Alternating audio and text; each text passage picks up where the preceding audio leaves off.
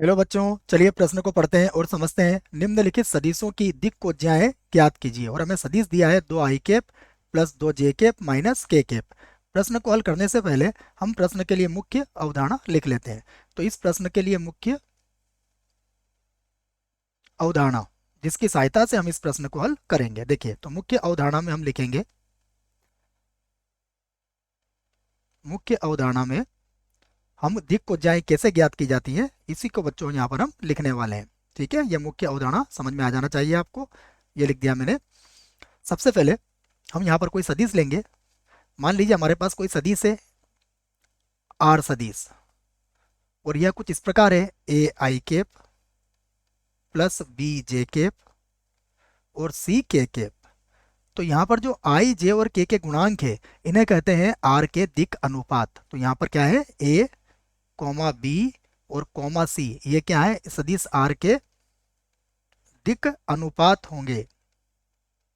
अनुपात, तो ये बात आपको याद होना चाहिए कि कोई भी सदिश दिया गया है तो उसमें आई, जे और के जो गुणांक होते हैं वह दिक् अनुपात होते हैं। और दिक् अनुपात की सहायता से हम दिक्कोज्याएं ज्ञात कर सकते हैं। तो जो दिक्कोज्याएं होती है वह भी मैं लिख देता हूँ। ये अनुपात हो गए, और उसके बाद अब हम लिखेंगे दिक्कोज्याएं। दिक्कोज्याएं दिक्कोज्याएं जो होती है वो दिक् अनुपात की सहायता से ज्ञात की जा सकती हैं। दिक्कोज्याओं में पहली दिक्कोज्या को हम एल से व्यक्त करते हैं। तो एल बराबर होगा प्लस माइनस ए और वर्गमूल ए का वर्ग प्लस बी का वर्ग और प्लस सी का वर्ग, यह एल हो गया। उसके बाद एम बराबर ये होता है प्लस माइनस बी, और इसके बटे में होगा ए का वर्ग प्लस बी का वर्ग और प्लस सी का वर्ग, ये एल एम। और एन यहाँ लिख देता हूँ मैं।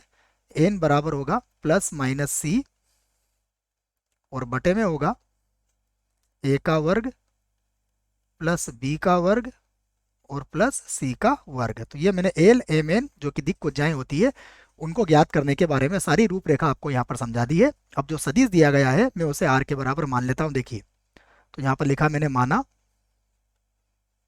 माना सदिश आर बराबर यह है 2i कैप, उसके बाद है प्लस का 2j कैप और यहाँ है माइनस का k कैप।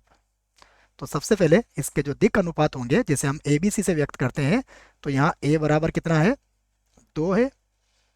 b बराबर कितना है, ये भी 2 है। और c बराबर कितना है, -1। तो ये हमारे दिक् अनुपात हो गए, 2, 2 और -1। अब इनकी सहायता से हम लोग दिक्कोज्याएं ज्ञात कर लेते हैं। उसके पहले मैं a का वर्ग, b का वर्ग और c का वर्ग भी बच्चों यहाँ पर निकाल के बता देता हूँ। तो अब हम सबसे पहले क्या करते हैं, a का वर्ग प्लस b का वर्ग और प्लस सी का वर्ग पहले से ही ज्ञात करके रख लेते हैं। देखिए तो ये हो जाएगा 2 का वर्ग 4, फिर से 2 का वर्ग 4 और -1 का वर्ग 1, अर्थात कितना हो जाएगा, ये 9 हो जाएगा। अब हम सबसे पहले एल का मान निकालेंगे। तो एल बराबर सूत्र क्या लिखवाया आपको, प्लस माइनस ए और बटे में कितना होता है, ए का वर्ग प्लस बी का वर्ग और प्लस सी का वर्ग, यह सूत्र है। और इसी की सहायता से इसको हल करेंगे। देखो तो ये प्लस माइनस कितना हो जाएगा, 2 और बटा वर्गमूल के अंदर कितना आ जाएगा, 9 प्लस -2 और बटे में कितना आ जाएगा, 3। तो ये हमारा एल का मान आ जाएगा। अब हम एल के बाद बच्चों एम का मान और एन का मान भी लिख लेते हैं। तो यहाँ लिखता हूँ मैं अब एम बराबर सूत्र क्या बनेगा, प्लस माइनस बी और बटे में ए का वर्ग प्लस बी का वर्ग और प्लस हो जाएगा सी का वर्ग।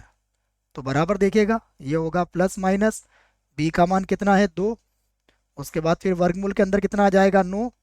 तो इस आधार पर फिर से हमारा उत्तर कितना आएगा, +-2 और बटे में कितना आ जाएगा, 3। अब हम एन का मान भी निकाल लेते हैं। तो एन बराबर सूत्र बनेगा प्लस माइनस सी और बटे में होगा वर्गमूल के अंदर ए का वर्ग प्लस बी का वर्ग और प्लस सी का वर्ग। तो बराबर देखिएगा ये हो जाएगा प्लस माइनस, और यहाँ पर अब हमारे पास सी का मान कितना है, देखिए सी का मान है -1 है। ठीक है, तो यहाँ पर हम लिखेंगे -1 और बटे में कितना होगा, वर्गमूल के अंदर 9, तो बराबर ये हो जाएगा माइनस और फिर ये प्लस बन जाएगा और ये हो जाएगा 1/3। तो हमारा उत्तर आ चुका है। यहाँ से कह सकते हैं हम अतः अतः दिक् दिक् कोज्याएं कोज्याएं जैसा प्रश्न में लिखा गया है। तो दिक् कोज्याएं क्या क्या आई है हमारी, देखिए हम कह सकते हैं पहली दिक् कोज्या है हमारे पास +-2/3, फिर कॉमा +-2/3, फिर कॉमा -+1/3। यही हमारे प्रश्न का उत्तर है। आशा करता हूँ आपको इस प्रश्न का उत्तर समझ में आया होगा। धन्यवाद।